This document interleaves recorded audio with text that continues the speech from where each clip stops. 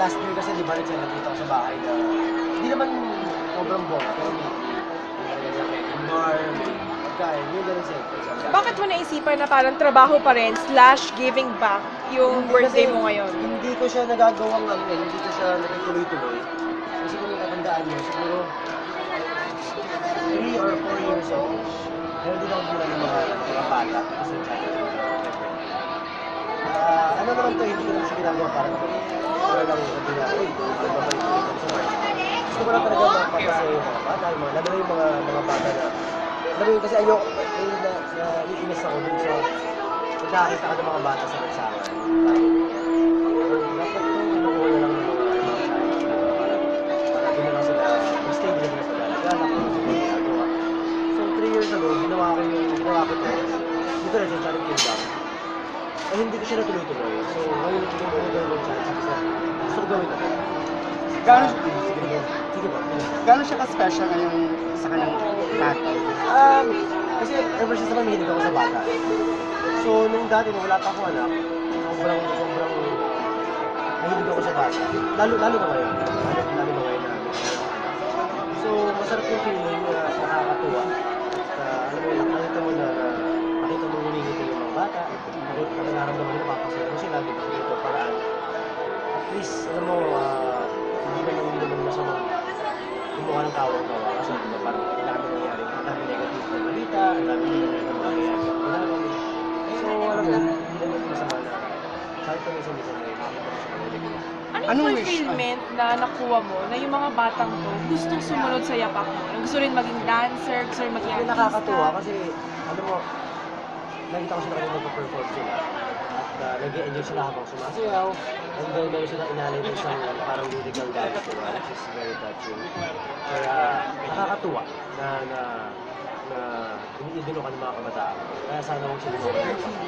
Anong wish mo? Ako, wish ko, siguro para sa sarili ko, ang wish ko syempre, more blessings, more project, less problema. Syempre, good health for my baby. Sana naging siya siyang maayos. Pero huwag masyadong mabilis kasi medyo mabilis ang lumalaki. And yun naman, yun pa rin naman, gusto ko makasama ko pa rin yung family ko habang buhay. Sana okay sila lahat. And yun, I miss my dad. First time. Oo nga. How are you the mother of the kid? Of your child? How are you the mother? Okay naman. Okay naman. Simple, no? Love life? Love life, wala pa eh. Wala pa. Hindi naman ako naghahanap. Siguro kung may dumating. Hindi ko na lang may dumating. Hindi ko na ako maghahanap. Kasi masyado ako in love niya. Masyado ako in love sa baby ko. Kaya doon talaga ako nakafocus.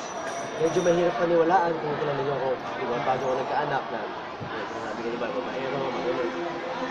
It's a different stage na yun. Sobrang nakatutok ako kaya. Sobrang ito lang. Kaya kumukuha ng pansin ko lahat. So, kaya siguro hindi ko bibigyan ng attention. Yung love life. That's okay. Ano pang gusto mo mangyari sa career mo, Mark? Ako syempre, Kontento ka na lang ba doon sa sayo-sayo acting? Ano ba? Depende kung ano tayo enjoy. Pero ako para sa sarili ko, kasi nga nag-enjoy pa naman ako. Nag-enjoy pa ako na nakakasayaw pa ako. Siyempre darating yung time, hindi na ako pwede sumayaw ng ganito sa labas, hindi sumayaw ng ganito sa TV. Siyempre darating ako sa point na parang hindi na ako bagay sumayaw ng hip-hop, hindi na ako. Alam mo yun, parang for example, like sa Kuya Dong, that's Kuya Dong, dancer, tapos, so ano naman ako naman di ako nagmamadali. And hindi ko naman tinitignan na yung edad ko na 28, matanda na. Ako naman, one step at a time pa rin.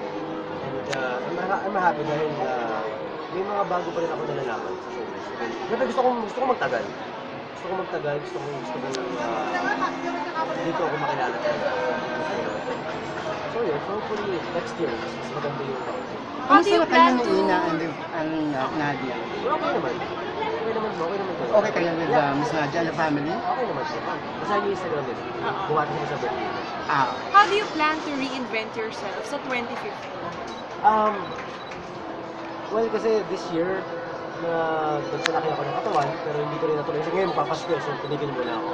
So next year, maybe mas focus ako sa pagpapaganda ng katawan. Hindi pa naman papalaki, papaganda ng katawan. And maybe, pag nagawa ko yun, mas maraming opportunities na darating, mas maraming mga projects na darating for me, na na malayo na dun sa nagiging bagets na nag-era. So, we'll see. Pero I'm hoping na next year. Panghulihan na lang. Okay. One of my year. Panghulihan na lang yung Christmas mo, how would you think you would celebrate it without your dad? Mamimiss mo ba? Oo, syempre naman. Sa bahay kasi, pag nag-ano kami, nalagay ng mga Christmas decoration, si daddy nag-request. So this year, nalagay kami sa bahay, pero sa Laguna kami mag-celebrate. Syempre magiging masaya siya with the family, pero malungkot din kasi first time ko na wala si daddy. Okay. Happy birthday! Happy birthday! Thank you. Thank you.